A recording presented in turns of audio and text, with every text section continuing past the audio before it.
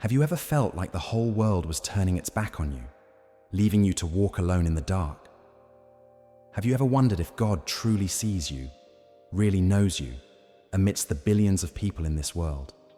And if He does, what happens when He calls you by name and says, "You are mine"?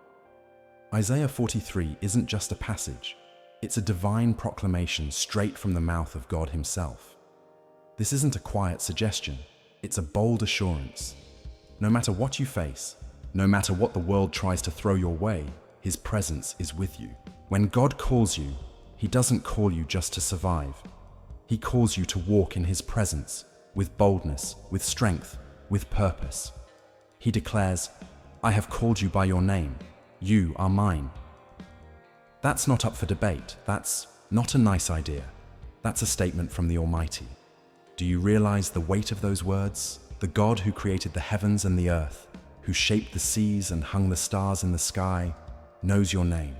He didn't speak the universe into existence and then step away to let you figure life out on your own. No, He is with you, and He wants you to know, deep beyond the noise of this chaotic world, beyond the storms and struggles you face, there is a presence that never leaves. That presence is the very presence of God Himself. Today, so many people are searching for something real. They chase success, relationships, recognition from the world, hoping it will finally satisfy that deep emptiness inside. But let me tell you this, you will never find true peace apart from the presence of God. You can have all the money in the world, all the power, all the applause, but if you don't have God's presence in your life, you'll still feel lost. Why? Because you were created for Him, and the enemy knows it. That's why he will do everything he can to make you doubt God is with you. He'll whisper lies, that you've been forgotten, that you're not enough, that God is distant and silent. But Isaiah 43 comes in like a clarion call of truth. Fear not, for I have redeemed you. I have called you by your name. You are mine. When God says you are His, He means it. He doesn't abandon His own. He doesn't turn away. He doesn't forget. But here's the real question. Do you live like you believe that? Do you walk like a child of God, knowing His presence goes before you? Or do you live in fear, constantly wondering if He still sees you? It's one thing to hear the promise. It's another to truly believe it. And let me tell you, the moment you really believe His presence is with you, everything changes. Moses understood this. When God called him to lead Israel, he didn't ask for more signs, more strength, or more miracles. He said, "If your presence does not go with us, do not send us up from here," because he knew without God's presence, nothing else matters. And that's the posture we need today. Not chasing temporary blessings, not seeking what the world promises, but crying out, "Lord, if your presence isn't in it, I don't want it." Because when God is with you, fear has to flee, anxiety must bow, and confusion has no place. You may walk through difficult seasons, but you will never walk alone. You may face great challenges, but you will not be defeated, because the presence of God is your shield, your covering, your safe place. Isaiah 43 makes it clear, no matter what you go through, He is with you, not just watching from afar, not simply giving instructions from heaven. He is with you when you're struggling. He is with you.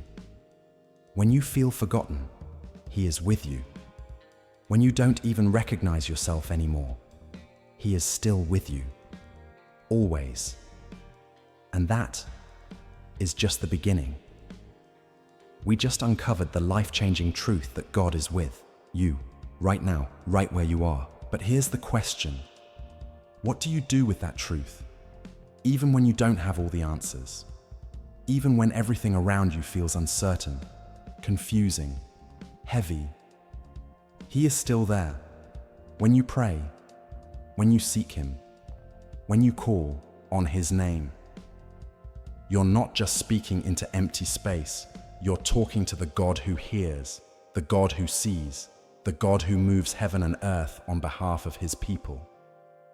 Now I know some of you are thinking, but I don't feel him. Listen closely. Faith isn't about feelings. Faith is about believing what he said. And he said, I have called you by name. You are mine. That means even when your heart feels numb, even when your world feels silent and God seems distant, he is still with you. His presence hasn't gone anywhere. And the moment you begin to pray, the moment you lift your hands in surrender, you start to sense what's been there all along, his unshakable presence. So let me ask you, honestly, are you living with the confidence that God is with you? Or are you walking in quiet fear, wondering if you're truly alone? Because here's the truth. You don't have to beg for his presence. You don't need to chase after him like he's hiding from you. He already promised. He is with you. What you need to do is step into it. Pray with expectation. Walk with assurance. Live with the unwavering confidence that you belong to him. And when you do, everything begins to shift. Fear starts to lose its grip. Doubt begins to dissolve. And you stop walking like someone barely surviving.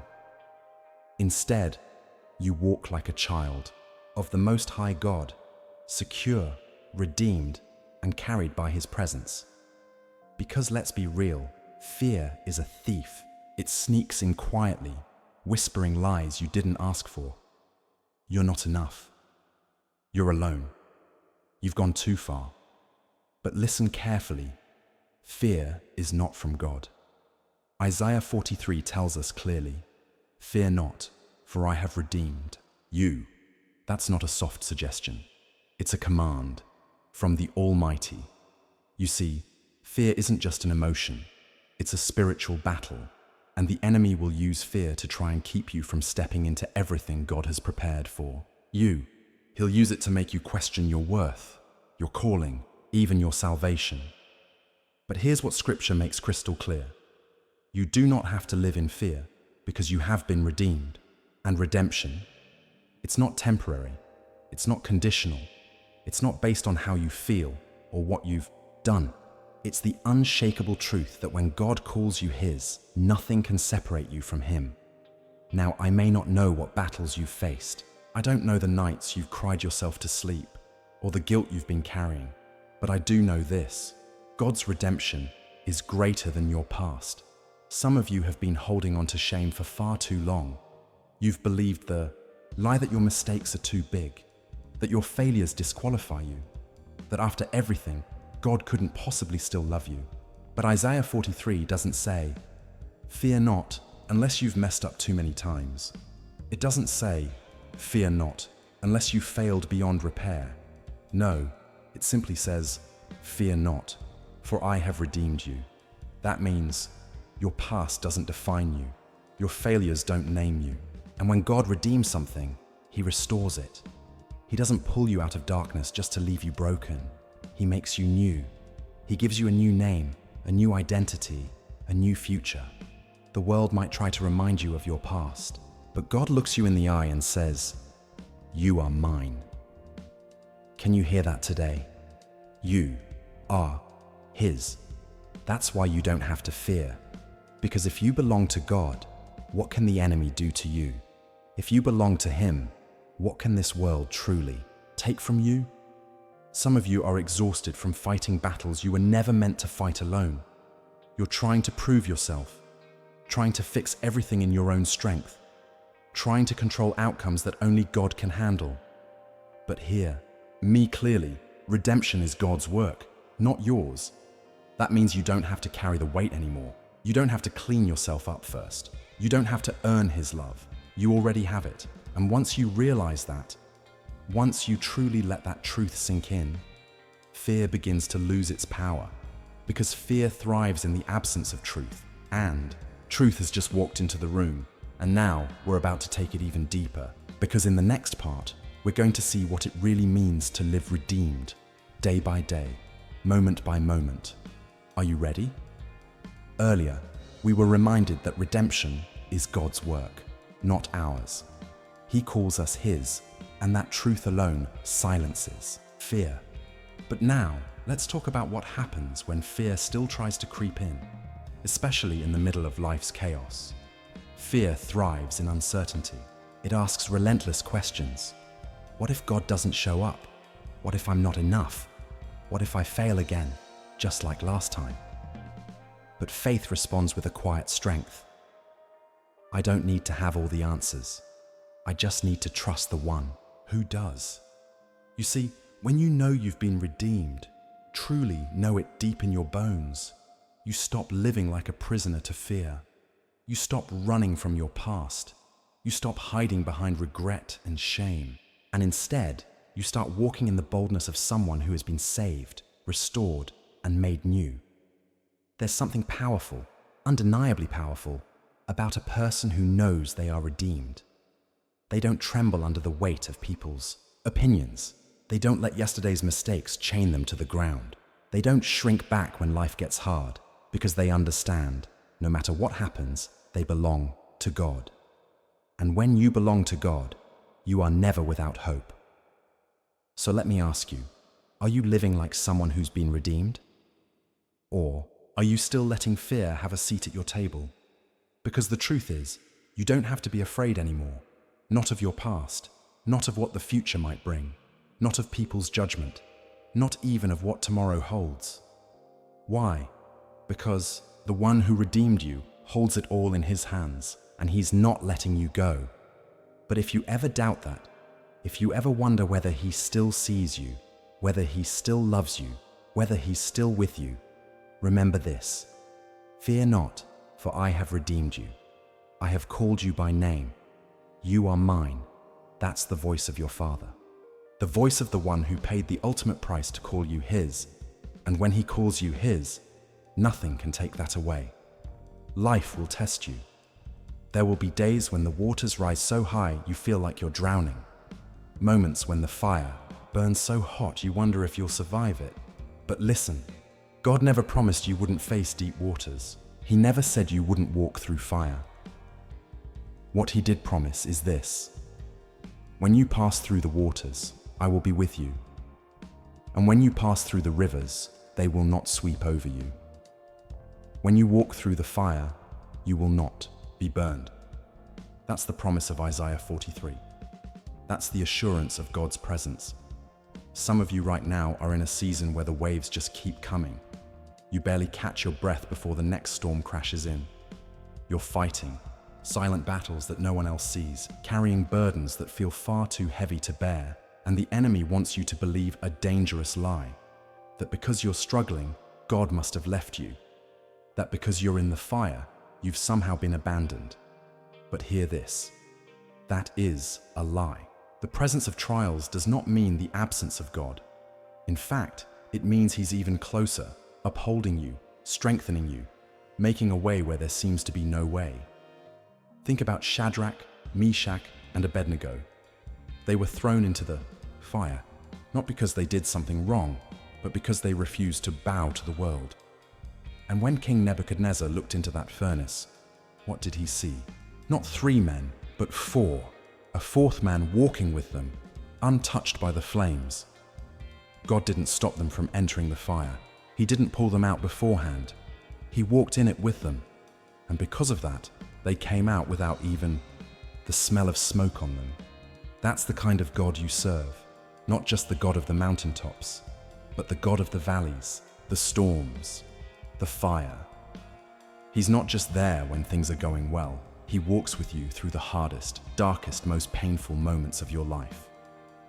When you feel overwhelmed, when you can't take another step, when you're quietly wondering how you're going to make it through the next hour, he is there, and he's not standing off at a distance. He's holding you, guiding you, giving you the strength to move forward. But here's the thing: you have to keep walking. You can't stop in the middle of the fire. You can't give up halfway through the storm, because the enemy wants you to believe that this trial is where your story ends. But if you quit now, you'll never see the victory waiting on the other side. God never said the fire wouldn't come. He said it wouldn't consume you. He never said the waters wouldn't rise. He said they wouldn't sweep you away. So keep walking, keep believing, Because the one who walks with you is greater than anything that stands against you. And that brings us to a crucial turning point. Because up next, we'll uncover how to stand in that truth daily, not just in the fire, but in every step of your journey. Ready to keep going? We've seen that even in the middle of fire and storms, God never leaves us. But now it's time to shift our perspective. What if the storm isn't just something to survive, but something that transforms you? Instead of asking, "Why am I going through this?" maybe it's time to ask, "God, what are you trying to show me through this?" Because sometimes the fire isn't there to destroy you.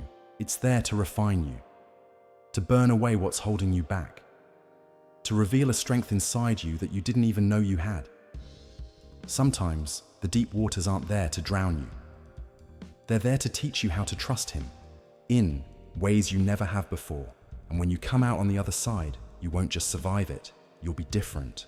You'll be stronger, wiser, more deeply rooted in His presence than ever before. The enemy thought the fire would break you. He thought the waves would crush your spirit. He thought the storm would silence your faith. But what he didn't realize is that God was using it all to make you unshakable.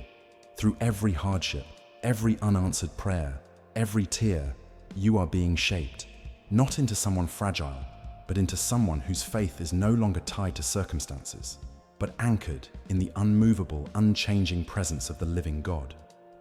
I believe this with all my heart. When you walk through this fire, when you come out on the other side, you will not be the same, and you will not be alone. There's incredible power in knowing who you belong to. In a world that tries so hard to label you, define you, squeeze you into its mold, there's something unshakable about standing firm in the identity that God Himself has given you. Isaiah 43 reminds us boldly, "I have called you by name, you are mine." That's not just poetry. That's the voice of the Lord Himself speaking directly to your soul. And when God calls you His, nothing, absolutely nothing, can take that away. Some of you have spent years, maybe even decades, trying to prove yourself, trying to earn love, trying to fit into places and circles you were never even meant to belong. Maybe somewhere along the way, someone told you that you weren't good enough, and you believed them. Maybe life has knocked you down so many times, you started wondering if you even matter at all. But hear this today. You are not who the world says you are. You are not your past. You are not your mistakes. You are not your failures. You belong to God, and when He says, "You are mine," He's not speaking to some polished, perfect version of you. He's not just claiming the parts of you that have it all together. He's calling you His, even in your brokenness, even in your weakness, even in the messy moments when you feel most unworthy, because His love is not based on your performance. It's based on who He is. And He is always faithful. The enemy, of course, will do everything in his power to make you forget that. He'll remind you of every flaw, every failure, every reason you should doubt yourself. He'll send people to tear you down with careless words. He'll plant seeds of insecurity and fear in your heart. Because if he can make you question who you are, he can keep you from stepping into everything God has called you to be. But listen, God did not call you by your failures. He didn't call you by your shame. He called you by your name. When the enemy whispers, "You're worthless," God answers, "You are mine." When the world says, "You'll never be enough," God declares, "You are mine." Even when your own heart fills with fear and doubt, His voice cuts through the noise. You are mine. And if you belong to God, then nothing this world says about you can define you.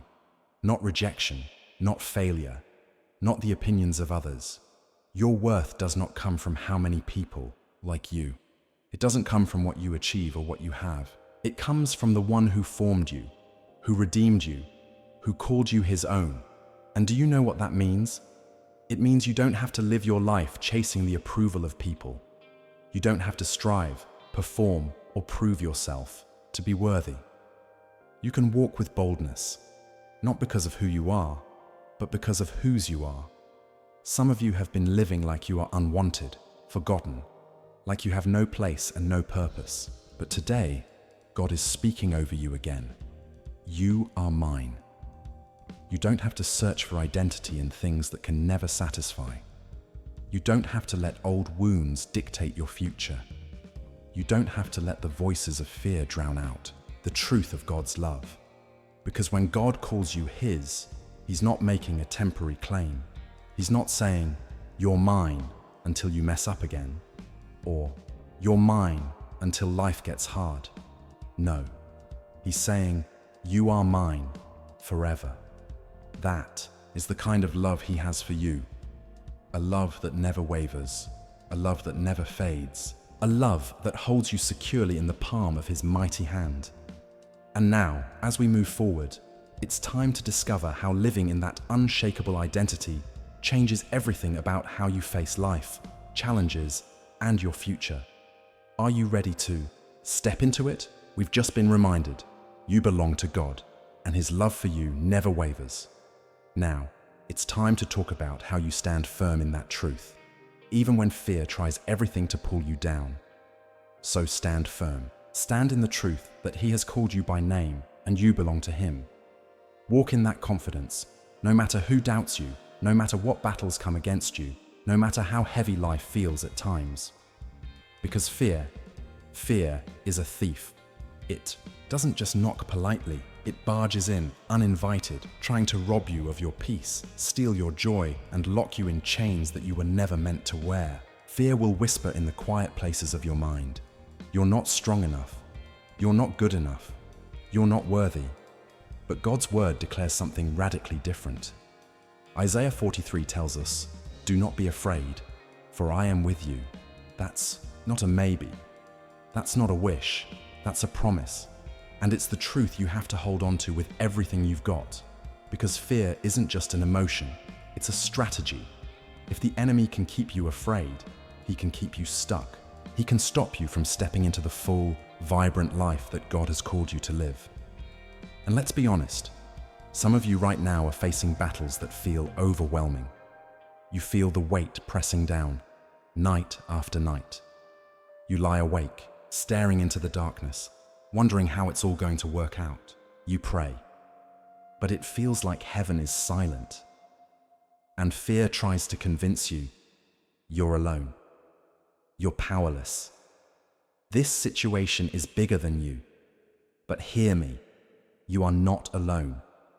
You are not abandoned. You are not fighting this battle in your own strength. The God who spoke galaxies into existence, the God who holds all things together with His very breath, the God who knows your name, He is with you. And if He is with you, let me ask you, what do you really have to fear? The enemy thrives in fear. He'll use it to trap you in your past. He'll use it to make you doubt your future. He'll use it to silence your prayers, paralyze your steps, and shrink your faith. But the truth is, fear is a lie. It's a shadow without substance. It has no real power except the power you give it. The moment you choose to trust God more than you fear the unknown, the moment you believe that His presence is greater than any circumstance you face, that is the moment fear loses its grip on. You think about the disciples in the storm. The wind was howling, the waves were crashing violently, and their boat tossed like a tiny leaf in the raging sea. Panic consumed them. They thought they were about to die. And then they saw Jesus walking on the water. But instead of feeling comforted, fear blinded them again, and they were even more terrified. Because that's what fear does. It blinds you to the presence of God. It convinces you that you're abandoned, even when He's standing right there in the middle of the storm. And what did Jesus say to them? Take courage, it is I. Do not be afraid. And that's exactly what He's saying to you today. Some of you have been waiting for the storm to calm before you trust Him, waiting for the fear to go away before you step out in faith. But real courage isn't the absence of fear. It's trusting God even in the face of fear. It's choosing to believe even if the storm rages on. Even if the waters rise, even if nothing goes the way you planned, God is still with you. And if He is with you, then you can even walk on the very thing that was meant to take you down. The enemy doesn't want you to know that. He wants you stuck in the boat, paralyzed by fear, afraid to trust, afraid to step out, afraid to believe. But God is calling you higher. He's calling you to a faith that is stronger than fear, to a confidence that is unshaken by circumstances. He's not asking you to figure it all out. He's simply asking you to trust Him. So let me ask you, what is fear keeping you from today? What step of faith have you been too afraid to take? What promise of God have you been hesitant to believe? Because the moment you realize that fear has no place in the presence of God, the moment you choose to trust His voice over every whisper of doubt, that is the moment everything changes. You don't have to live in fear. You don't have to stay stuck in anxiety, worrying about things you can't control. You serve a God who holds all things in His hands. You serve a God who walks with you through every fire. You serve a God who speaks peace into every storm, and if He says, "Do not be afraid, for I am with you," then that is enough. That is the solid ground you can stand on. That is the unshakable truth that sets you free. Because next, we're going even deeper into the heart of how God turns storms, trials, and battles into your greatest testimonies. Are you ready to see what happens when you walk by faith, not by fear? In the last part, we were reminded that fear has no power in the presence of God, and that His promises are our anchor through every storm. But what happens when the road gets harder, when the waiting stretches longer, and strength starts to wear thin? You push forward with everything you have. You try to stay strong, to keep believing, to keep trusting, but the road only seems to get rougher.